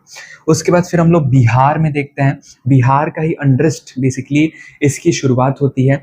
यहाँ पे जो जयप्रकाश नारायण होते हैं वो एक गांधीयन सोशलिस्ट होते हैं और वही यहाँ मूवमेंट को लीड कर रहे होते हैं। बेसिकली यहाँ बहुत ज़्यादा करप्शन होता है बिहार में, जो कि आज के टाइम पे भी बहुत है। ठीक है, और इसी करप्शन की वजह से प्रोटेस्ट चलते हैं कांग्रेस गवर्नमेंट को हटाने के लिए, लेकिन इस बार इंदिरा गांधी रिफ्यूज़ कर देती हैं ऐसा करने से। तब जयप्रकाश नारायण यहाँ पे ये कहते हैं कि अगर आप डिसॉल्व नहीं कर रहे हो बिहार के लेजिस्लेटिव असेंबली को, तो हम यहाँ नेशन वाइड मूवमेंट निकालेंगे और गुजरात, बिहार और अदर सारे स्टेट के लोगों को मिला के यहाँ पे कहा गया कि हम लोग total revolution against Indira Congress start करेंगे। ठीक है, इंदिरा के कांग्रेस के खिलाफ टोटल रेवोल्यूशन लाया जाएगा। अब यहाँ पे इन्वॉल्वमेंट ऑफ स्टूडेंट्स कैसे देखा गया, तो बेसिकली जयप्रकाश नारायण के अंडर यहाँ पे कई सारे स्टूडेंट ऑर्गेनाइजेशन बने। ठीक, अखिल भारतीय विद्यार्थी परिषद या फिर बिहार छात्र संघर्ष समिति। ठीक है, और उसके बाद यहाँ इवेंट्स क्या होते हैं, तो बेसिकली 12 जून को 1975 में, ये डेट बहुत इंपॉर्टेंट है, पर्टिकुलर डेट्स याद रखना है इस चैप्टर के। इलाहाबाद हाई कोर्ट का वर्डिक्ट आता है बाय जस्टिस सिन्हा। यहाँ पे कहा जाता है कि इलेक्ट्रल माल प्रैक्टिस के वजह से इंदिरा गांधी जो है वो अगले 6 साल के लिए इलेक्शन लड़ नहीं सकती हैं और यहाँ उन्हें रिज़ाइन करना पड़ेगा। उसके वजह से यहाँ पे एक वायलेंट एक्टिविटीज़ जो है वो स्पार्क ऑफ हो जाती हैं अगेंस्ट इंदिरा गांधी उनके रेजिग्नेशन के लिए। यहाँ तक कि जयप्रकाश नारायण गिरोह भी प्लान कर देते हैं कि उनके घर को हम सराउंड कर लेंगे अगर आप रिज़ाइन नहीं करोगे तो। इसी के बाद यहाँ जयप्रकाश नारायण ये भी कहते हैं ब्यूरोक्रेट से, पुलिस से, कि इंदिरा गांधी की बात मत मानो, हमें यहाँ पे उनके ऑटोक्रेटिक रूल को ख़त्म करना है ना। यहाँ पे इमरजेंसी इसी कारण लगा दिया जाता है इंदिरा गांधी के द्वारा ऑन 26 जून 1975, बट यहाँ 25 जून के रात में ही ये चीज़ को डिक्लेयर कर दिया गया था। तो दोनों डेट्स यहाँ पे चलेंगे जो भी एग्जाम पे लिखोगे। फिर हम लोग क्या देखते हैं यहाँ पे इमरजेंसी, नेक्स्ट टॉपिक है 1975 में अंडर आर्टिकल 352, याद रखना आर्टिकल 352 में नेशनल इमरजेंसी की बात कही गई है। इंटरनल डिस्टर्बेंसेस के बेसिस पे इमरजेंसी लगा दिया जाता है कि हाँ पूरे कंट्री में इंटरनल डिस्टर्बेंस चल रहा है। लेकिन इसी क्लॉज को बाद में चल के 44th अमेंडमेंट से जनता पार्टी ने हटा दिया था कि इंटरनल डिस्टर्बेंस क्या होता है भाई, अगर कंट्री में कोई पीसफुल प्रोटेस्ट भी कर रहा है तो आप उसको इंटरनल डिस्टर्बेंस का नाम देके इमरजेंसी लगा दोगे। इसी वजह से यहाँ पे इंटरनल डिस्टर्बेंस का जो क्लॉज है वो बाद में चल के हटा दिया गया था। मज़ा आ रहा है ना। चलो उसके बाद फिर हम क्या देखते हैं, लीडर्स वर अरेस्टेड, लीडर्स को अरेस्ट कर दिया गया था इमरजेंसी के दौरान। यानी ये जितने जयप्रकाश नारायण, मोरारजी देसाई प्रोटेस्ट कर रहे थे उन सबको अरेस्ट किया गया, और सिर्फ अरेस्ट ही नहीं, टॉर्चर किया गया जेल के अंदर। ठीक है ना, मारा पीटा गया, बहुत ज़्यादा टॉर्चर किया गया जेल के अंदर। उसके बाद हम लोग देखते हैं इसके पॉजिटिव इम्पैक्ट्स क्या थे। इमरजेंसी तो वैसे पूरे तरीके से नेगेटिव ही था, लेकिन कुछ हद तक अगर एग्जाम में पूछेगा तो पॉजिटिव इम्पैक्ट हम लिख सकते हैं। सबसे पहले करप्शन ख़त्म हो रहा था धीरे धीरे। फिर इकोनॉमिक ग्रोथ हमें कुछ हद तक देखने को मिला था। नो लेबर स्ट्राइक, क्योंकि अब इमरजेंसी है तो स्ट्राइक तो हो ही नहीं सकती है, लेबर स्ट्राइक खत्म हो चुका था। 10 पॉइंट प्रोग्राम दोबारा से यहाँ 1975 में इंदिरा गांधी लाती हैं। बेसिकली उसमें वही सारी चीज़ें थी कि पुवर्टी को हटाएंगे, वुमेन्स को इक्वालिटी दे देंगे, SC ST को प्रोटेक्ट करेंगे, और भी बहुत सारे पॉइंट्स इससे रिलेटेड थे, जैसे कि एग्रीकल्चर प्रोडक्शन को बढ़ाएंगे। और डेवलपमेंट के बेस्ड था कि हम लोग डेवलपमेंट करेंगे कंट्री का। लेकिन नेगेटिव इम्पैक्ट्स बहुत सारे हैं, जैसे कि सबसे पहले suspension of democratic rights such as civil liberties and fundamental rights, यानी कि जो एसेंशियल राइट्स होते हैं, ठीक है, वो छीन लिए गए थे इमरजेंसी में, ठीक है ना। फंडामेंटल राइट्स सोचो कितने ज़रूरी होते हैं एक डेमोक्रेसी में लोगों के लिए, तो वो सब छीन लिए गए। उसके बाद फेडरलिज्म को एबॉलिश कर दिया गया, यानी कि सेंटर के पास सारी की सारी पावर हो गई, स्टेट्स के पास कुछ पावर थी ही नहीं। इंदिरा गांधी ने जितने भी नॉन कांग्रेस गवर्नमेंट्स थे उन स्टेट्स में कह सकते हैं प्रेसिडेंट रूल लगा दिया आर्टिकल 356 का गलत यूज करके, है ना, जिसको स्टेट या कॉन्स्टिट्यूशनल इमरजेंसी भी कहते हैं। फिर डिटेंशन थ्रू मीसा, मीसा 1971 में लाया गया था। It is a kind of preventive detention act, maintenance of internal security act. फिर उसके बाद ब्लैक मार्केट्स हमें देखने को मिले थे, इनएफिशिएंसी था 10 पॉइंट प्रोग्राम का, यानी ये वर्क नहीं किया था, ठीक है ना, फेल हो गया था। फिर प्रेस के ऊपर सेंसरशिप, यानी कि मीडिया को हमारा फोर्थ पिलर ऑफ डेमोक्रेसी कहते हैं after legislative, executive and judiciary, लेकिन इसको भी सेंसरशिप लगा दिया गया था, यानी कि ये कुछ भी सरकार के खिलाफ छाप नहीं सकती है, ठीक है। इसी के प्रोटेस्ट में जो कुछ न्यूज़पेपर थे वो यहाँ पे ब्लैंक पेजेस छापते थे कि हमारे राइट्स को छीन लिया गया है लोगों को दिखाने के लिए। फिर उसके बाद हाँ बेसिकली इलेक्ट्रिसिटी उनका कट कर दिया गया था। 42nd कॉन्स्टिट्यूशनल अमेंडमेंट एक्ट ला दिया जाता है, जिसके थ्रू यहाँ पे ऑलमोस्ट पूरे के पूरे कॉन्स्टिट्यूशन को ही अमेंड कर दिया जाता है। ये बात बहुत ज़्यादा इंपॉर्टेंट है, नोट डाउन करने वाली कि 42nd कॉन्स्टिट्यूशनल अमेंडमेंट एक्ट से पूरे के पूरे कॉन्स्टिट्यूशन को ही ऑलमोस्ट यहाँ पे अमेंड कर दिया जाता है, चेंज कर दिया जाता है, और यहाँ पे नए नए प्रोविजंस ऐड कर दिए जाते हैं, जिसके वजह से हम लोग क्या देखते हैं कि ऑटोक्रेटिक रूल और ज़्यादा इंडिया में स्ट्रॉन्ग हो जाता है। लेकिन बाद में इसको 44th अमेंडमेंट से हटा भी दिया गया था जनता पार्टी के द्वारा 1978 में। ये बेसिकली 76 का है, ये भी याद रखना 1976 का है। Now, mass sterilization campaign led by Sanjay Gandhi son of Indira Gandhi. Mass sterilization यानी कि पॉपुलेशन को कंट्रोल करने के नाम पे यहाँ लोगों को ज़बरदस्ती नसबंदी करवाया जा रहा था। बेसिकली यहाँ पे लोग ज़्यादा इसके बारे में डिस्कस नहीं करते हैं, but I will say you all that यहाँ पे to stop the sexual reproduction process, this was going on, okay। You have to not go in the deep, बस इतना याद रखो that mass sterilization कैंपेन जो है वो संजय गांधी ने चलाया था, ठीक है। और गरीब लोगों के साथ ज़्यादा चीज़ ये देखी गई थी, इस वजह से लोग बहुत गुस्सा थे कि यहाँ पे हमारा जो अधिकार है वो छीना जा रहा है। यहाँ पे इमरजेंसी को डिपिक्ट करते हुए कई सारे फिल्म्स भी बनी, जैसे कि आंधी 17/5 का, किस्सा कुर्सी का 1977 का, नसबंदी इसी चीज़ को दिखाता है 78 का। देन यहाँ कुछ बुक्स भी लिखी गई जैसे मिडनाइट चिल्ड्रन, इंडिया अबाउटेड कंट्री। ये सारी फैक्चुअल डेटा है, आप लोगों को कहीं ना कहीं रोट लर्निंग करनी पड़ेगी, ये सब तो समझ लिए, लेकिन इसको अब रट्टा मार के याद कर लो। चलो, तो ये सारी चीज़ें थी, एक बार मैं जल्दी से रिपीट कर देता हूँ। Problem of Gujarat. In 1974, Gujarat faced several economic problems such as rise in prices of regular commodities like food grains, oils, etc. So the younger generation started protest movement, strike and looting known as Nava-Nirman Andolan, and opposition parties joined this. But police force ruthlessly suppressed. So Morarji Desai committed fast up to death. As a result, in 1975, PM Indira Gandhi dissolved Gujarati State Legislative Assembly and declared fresh election. On 13 June, results came and Congress was defeated by Janata Party. Same was happening in Bihar. A Gandhian socialist leader Jayaprakash Narayan JP declared protest movement for dissolution of the state government of Bihar, but this time Indira rejected the demand. So JP called a nationwide movement against Congress authority, which was supported by Jan Sangh, Socialist Party and other citizens, but failed. यानी कि जो दूसरे opposition parties थे Congress of Indira के खिलाफ, जैसे कि भारतीय जनसंघ की बात हो रही है, सोशलिस्ट पार्टी की बात हो रही है, वो भी यहाँ पे जयप्रकाश नारायण के साथ थे। यहाँ तक कि आरएसएस, राष्ट्रीय स्वयं सेवा संघ भी इनके साथी था। राष्ट्रीय स्वयं सेवा संघ। देन यहाँ पे हम लोग देखते हैं कि फीचर्स क्या थे जेपी मूवमेंट के। 1975 में ही propose the principle of total revolution और संपूर्ण क्रांति and followed by idea of partyless democracy. Mass support and pressure on government बनाया गया। Help from other political party such as Jansangh, RSS and Congress organization, syndicate वाला भी इनको सपोर्ट कर रहा था। Involvement of students, several organization were formed by support of RSS to students for GP movement that are as follows. Akhil Bharatiya विद्यार्थी परिषद, छात्र युवा संघर्ष वाहिनी बिहार छात्र संघर्ष समिति, जिसके प्रेसिडेंट लालू प्रसाद यादव थे. Use of violent means an investigation by police forces to JP for a rebellion और coup against PM but ultimately failed due to emergency of 1975. यानी कि ये इंदिरा गांधी को सत्ता से हटा ही नहीं पाए, ठीक है, इमरजेंसी की वजह से. फिर उसके बाद यहाँ पे होता क्या है, events during JP movement in 1975. यहाँ पे मूवमेंट जो था वो अगेंस्ट करप्ट practices था and a kind of autocracy of Indira Congress.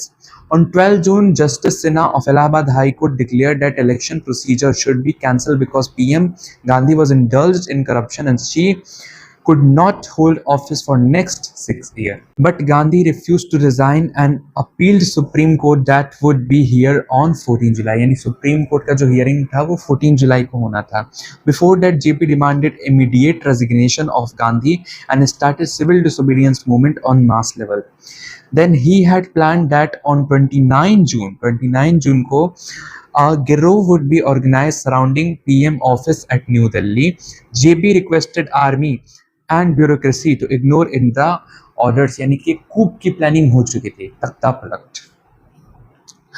So in this political instability and internal aggression, Gandhi declared national emergency on 26 June 1975. Under Article 352 of the Indian Constitution, that states, if President is satisfied on the ground that security of country is threatened by aggression of internal or external, then a written advice by Union Cabinet is necessary, approved by both houses of Parliament by two-third majority within 6 months. Then emergency is declared by the President on the behalf of the Prime Minister.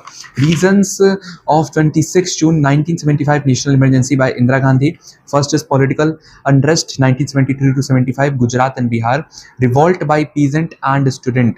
Verdict of Allahabad high court. अब ये हम लोग थोड़ा detail में देख लेते हैं. राज नारायण एक सोशलिस्ट लीडर थे, was defeated by Indira Gandhi in Raebareli constituency of Uttar Pradesh for Lok Sabha. Recent election held in 1971, so he submitted charges of malpractices related to elections against Indira Gandhi. यहाँ पे कहा यह जा रहा है कि 1971 में जब जनरल इलेक्शंस हुए थे तो इंदिरा गांधी रायबरेली से खड़ी हुई थी, रायबरेली कॉन्स्टिट्यूंसी से, और वही उनका सीट है बेसिकली. उनके खिलाफ यहाँ राज नारायण खड़े हुए थे. तो राज नारायण जो थे उन्होंने ही यहाँ पे एलिगेशन लगाया था कि इंदिरा गांधी ने इलेक्ट्रल मैल प्रैक्टिसेस किया है जीतने के लिए, ठीक है. फिर उसके बाद economic problems due to Indo Pak war 1971 and oil crisis 1973. तो इकोनॉमिक प्रॉब्लम्स भी कंट्री के अंदर चल रहे थे. देन इमीडिएट कॉज गिरोह ऑर्डर बाई जेपी. इस वजह से इंदिरा गांधी जो थी वो बस अब तो इमरजेंसी लगाना पड़ेगा. पॉजिटिव इम्पैक्ट मैंने अभी बताया, नेगेटिव चीज़ें भी यहाँ पे मैंने डिस्कस कर ही ली हैं. बाकी एक और चीज़ है that RSS, Jamaat Islami, CPIML were ban. यानी कि जो भी एक्सट्रीमिस्ट पॉलिटिकल पार्टीज थी उनको इंदिरा गांधी ने बैन कर दिया था. Strict control on state with non Congress ministry. 42nd Amendment Act was passed which introduced several rigidities in the constitution. Also the end of judicial review.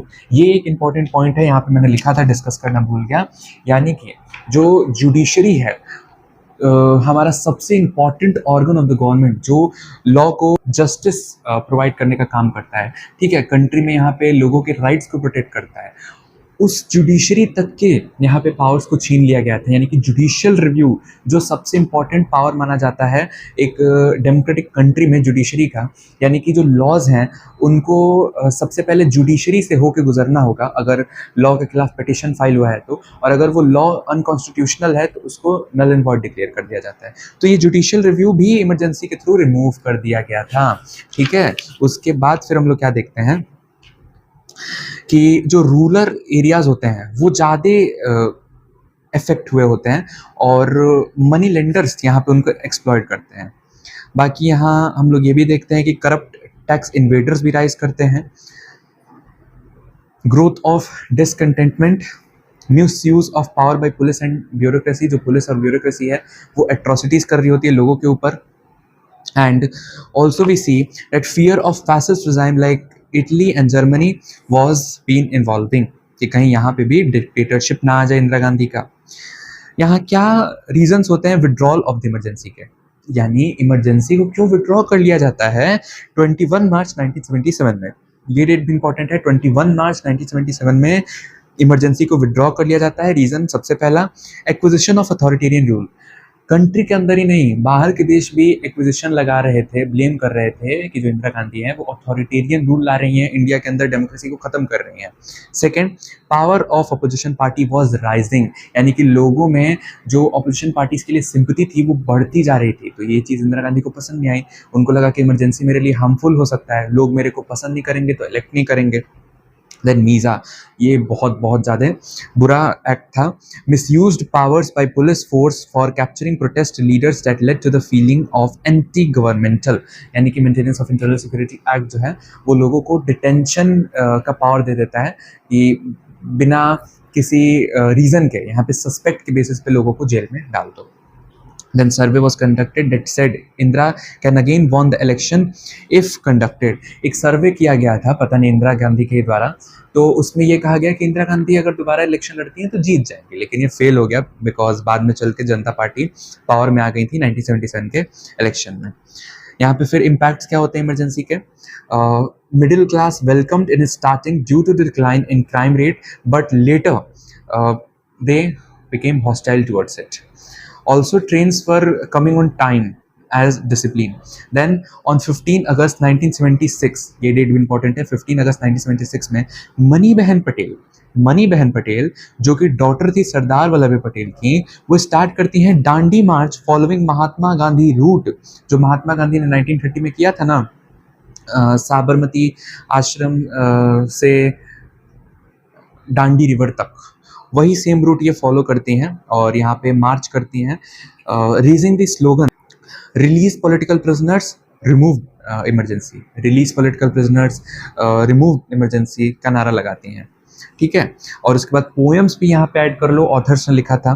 ठीक है, कौन से ऑथर्स? तो के शंकरा कह लो, शिव रामा करनाथ कह लो, ठीक है, आनंद शंकरा रॉय कह लो, ये सारे कुछ पोइट्स के नाम। This was the end of your chapter. कुछ और डिटेलिंग है मैं बता देता हूँ आप लोगों को। Course of the JP movement, यहाँ पे बिहार छात्र संघर्ष समिति called for a gherao at Bihar legislative assembly during the budget session in 1974. They blocked all the roads to assembly and damaged government properties including telephone exchange and residence of the former education minister Ramanand Singh. ठीक है, which was set on fire. Chief Minister Abdul Ghaffur convinced the students that he would look into the matter, but the students at college and university kept protesting. 3 students died in police firing in Patna. This provoked a student across Bihar. Then nationwide strike was declared and JP visited Gujarat to witness Navanirman movement and declared his intention to lead the movement. After that, we see that JP now told the people at Patna rally to organize protest at Bihar Legislative Assembly as a Sampurna Kranti. ये कुछ extra detailings हैं जो मुझे आप लोगों को बतानी थी। Then Indira Gandhi amended representative of people act, ठीक है, इमरजेंसी के दौरान रिप्रेजेंटेटिव ऑफ पीपल एक्ट को भी अमेंड किया गया था। 2 other laws in such a retrospective manner to ensure that Supreme Court had no other option but to overturn the Allahabad High Court verdict. She also misused the Article 356 to dismiss the opposition government in Gujarat and Tamil Nadu. यानी कि कहा यह जा रहा है कि representation of people act और ऐसे ही 2 और एक्ट को यहाँ पे अमेंड करके इंदिरा गांधी ने क्या चाहा कि सुप्रीम कोर्ट को मजबूर कर दिया जाए कि वो जो इलाहाबाद हाई कोर्ट का वर्डिक्ट मेरे खिलाफ आया है उसको ओवर रूल कर दे। ठीक है, दिस वॉज द थिंग। बाकी यहाँ पे मैंने मूवीज, पोएट्स और बुक्स का नाम ऑलरेडी बता दिया है, आप लोग इसके ज़्यादा डिटेलिंग में जाने की ज़रूरत नहीं है, क्वेश्चन इससे नहीं बनते हैं उतने। ठीक है, कुछ डेट्स हैं मैं आप लोगों को बता देता हूँ, दिमाग में बैठा लो। 12 जून को यहाँ पे वर्डिक्ट आया था इलाहाबाद हाई कोर्ट का। देन 13 जून को गुजरात स्टेट असेंबली का रिजल्ट आया था जिसमें कांग्रेस हार गई थी। ठीक है, जनता पार्टी जीती थी, बहुत पहले ही जनता पार्टी बन गई थी, ये बात भी याद रखना। बाद के चैप्टर्स में मैं तुम लोगों को बताऊंगा कि what was Janata party basically. Then 24 जून को, बेसिकली ये 1975 के ही टाइम पीरियड की मैं बात कर रहा हूँ, सुप्रीम कोर्ट जो चीफ जस्टिस होते हैं कृष्ण नैयर पास करते हैं वर्डिक्ट दैट इंदिरा गांधी जो है वो कुछ समय के लिए स्टे कर सकती हैं पार्लियामेंट में। ठीक है, जब तक यहाँ हियरिंग नहीं हो जाती है सुप्रीम कोर्ट की। 25 जून को जेपी लॉन्च करते हैं सिविल डिसोबीडियंस मूवमेंट और उसी रात को फिर इमरजेंसी लगता है, मीन्स 26 जून को भी कह सकते हो। अंडर आर्टिकल 352 एंड 29 जून को यहाँ गिरोह प्लान हुआ था, लेकिन ऑफ कोर्स फेल हो गया। एंड 14 जुलाई को यहाँ पे सुप्रीम कोर्ट का हियरिंग होना था। ठीक है, तो ये पूरा का पूरा ऑर्डर है जिसमें कि 12 जून, 13 जून और 25-26 जून इंपॉर्टेंट हो जाते हैं तुम लोगों के लिए। बाकी जयप्रकाश नारायण को लोकनायक भी कहते हैं और ये पार्टीलेस डेमोक्रेसी बनाना चाहते थे। ठीक है, कोई पार्टी ही ना हो, बिना पार्टी की डेमोक्रेसी हो, ताकि ये जो लड़ाई चलती रहती है ना वो खत्म हो जाए। So this was the end of your chapter development of Indian democracy. हमने 1964 लाल बहादुर शास्त्री से लेके 1977 यानी कि एंड ऑफ इमरजेंसी ऑन 21 मार्च तक चीज़ों को समझ लिया। बाकी ये सारी की सारी कॉन्सेप्ट्स को अगर आप लोग चाहो तो दोबारा से मेरे वीडियो के थ्रू देख सकते हो, ताकि चीज़ें और ज़्यादा डीप में क्लियर हो। ठीक है, मेनली आप लोग ये याद रखना है कि गुजरात के उस टाइम पे सिटिंग सीएम चिमन भाई पटेल थे, और यहाँ जो इमरजेंसी है वो इंटरनल डिस्टर्बेंस के बेसिस पे लगाई गई थी। कंफ्यूजिंग वर्ड हो जाता है कि किस टाइप का इंटरनल डिस्टर्बेंस, एक्चुअली में तो रेवेलियन के बेसिस पे ना लगाना चाहिए, है ना। बाद में चल के इसको चेंज कर दिया गया था और आर्म्ड रेवेलियन ही ला दिया गया था। चलो, this was the end. Thanks for watching. I hope you all have liked this video. Please subscribe to my channel and press the bell icon so that you all can get the notification of my lecture videos. We will meet next Sunday. Bye bye.